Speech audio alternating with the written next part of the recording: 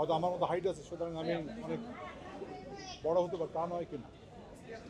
একজন সবচেয়ে বড় কিন্তু পরিশ্রম ছিলাম, তারপরে কিন্তু প্রচণ্ড স্ট্রাগল করেছি গ্রুপ থিয়েটারে, টেলিভিশনে ভালো কাজ করার জন্য।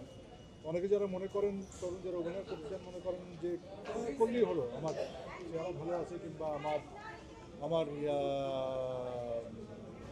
এইরকম হয়তো আমার মতো হাইট আছে, সুতরাং আমি অনেক বড় হতে পারি, তা নয় কিনা। একজন সবচেয়ে বড় কিন্তু পরিশ্রম। এই যে মেকআপের সময় কিন্তু আমরা প্রচণ্ড পরিশ্রম করেছি। আমাদের সমস্ত লিমিটেশনের মাঝখানে কিন্তু পরিশ্রমটা কিন্তু কম না। অনেক গরমের মধ্যে কাজ করতে হয়েছে, আবার